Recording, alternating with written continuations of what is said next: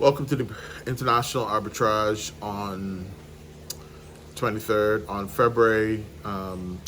September 15th, on September 15th, 2023. And today we're continuing to talk about the new private advisor rules that have been passed by the rules and regulations that have been passed by the U.S. SEC. We said in the previous video that these rules are basically going to increase the amount of investor protection for U.S. Investors. No longer are U.S. lawyers going to be able to advising fund managers like general partnerships and LPs. Are no longer are lawyers going to be able to remove and limit and restrict and reduce the fiduciary obligations that are owed by the fund manager to the investors. To my friends in Latin America, the civil law countries, I remember that I've always been telling you guys that the law of equity is the most powerful protection of property rights in the United States. The principles, the laws in the case law, the principles, there's nothing more powerful, and this is why the wealthiest firms use the law of equity and fiduciary obligations in order to protect their assets, their wealth, whatever. And so when you know that they're being forced on many fronts to have fiduciary obligations in their agreements with fund managers, investors are going to get used to this level of protection, and they're going to want it or expect it if they're investing in a fund. And so when you're a particular problem, when you're investing in a fund that is an international fund, a small international fund, and you've got a situation where the international element of the fund means that there is no investor protection because the operation, the business, the oil and gas field in Brazil, the oil and gas field in Colombia, the mine in Argentina is basically not protected by the law of equity. It's outside of the United States, and then these countries are civil law countries and they don't have fiduciary obligations. Same thing with many countries in Africa. In Africa, South Africa and some other countries in Africa are common law. I think certainly South Africa.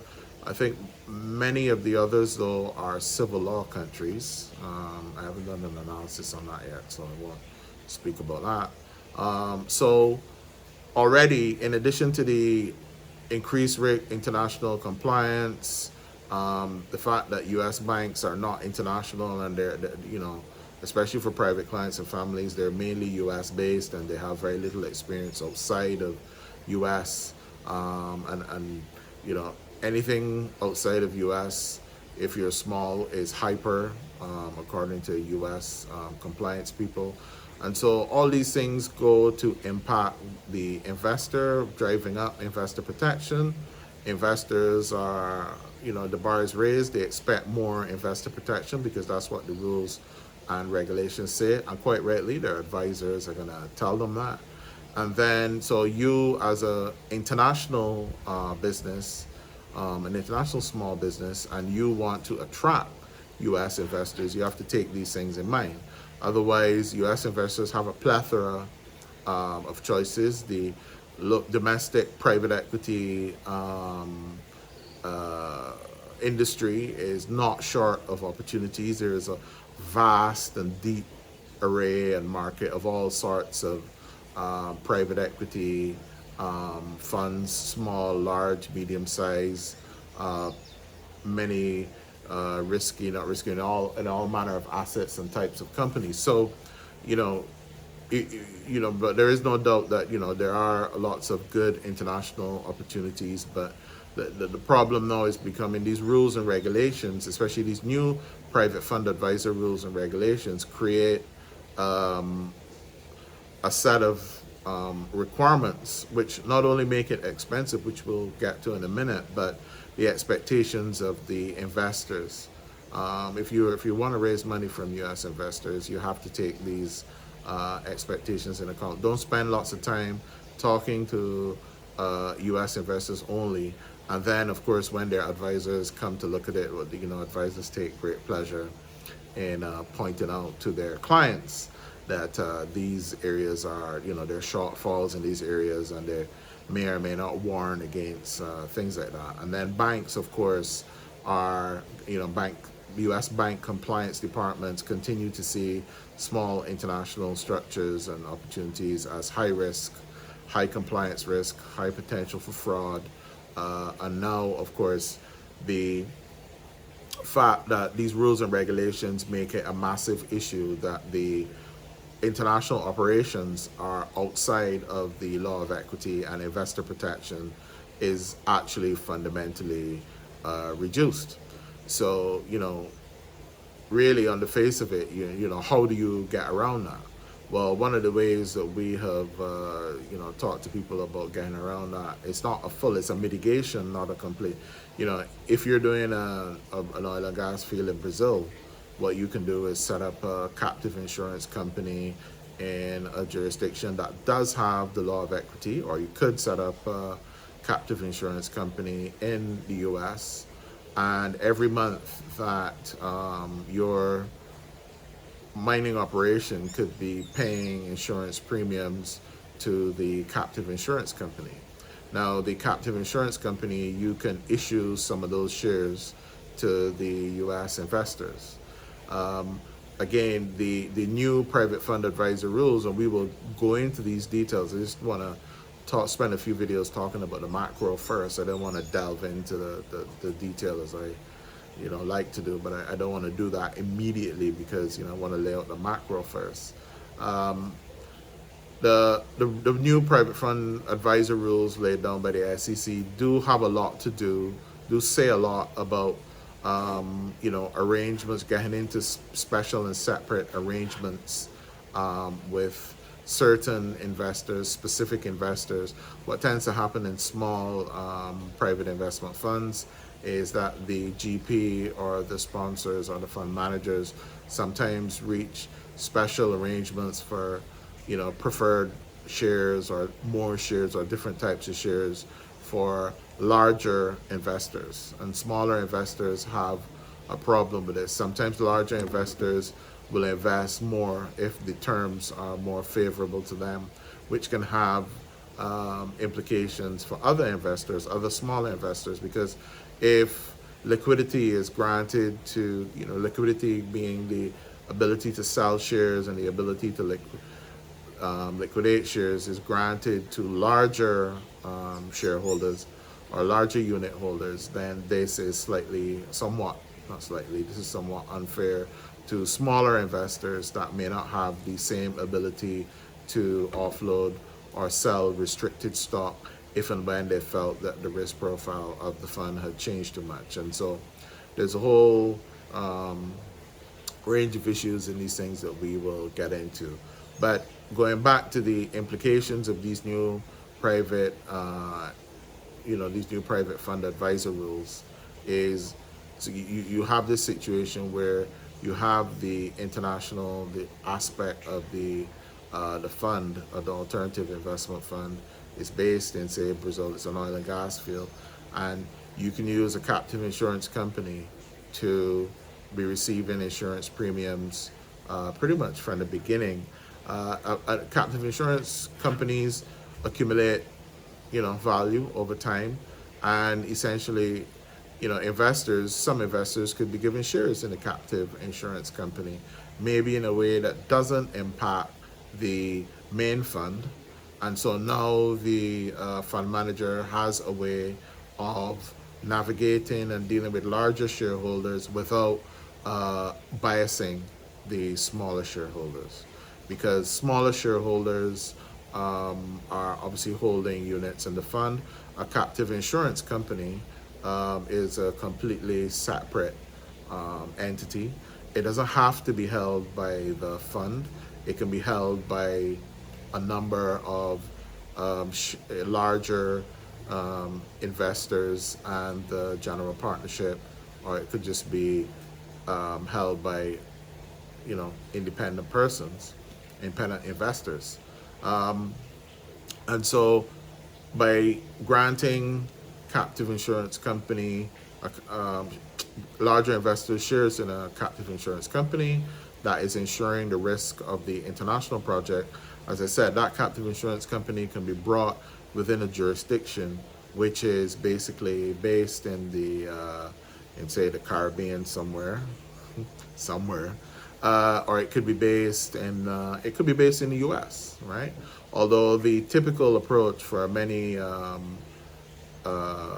captive insurance companies based in the Caribbean that have U.S. investors is to have it based in the Caribbean. It's actually tax resident and outside and based in the Caribbean, but there's rules that allow it to pay taxes in the U.S. And remain tax compliant that way.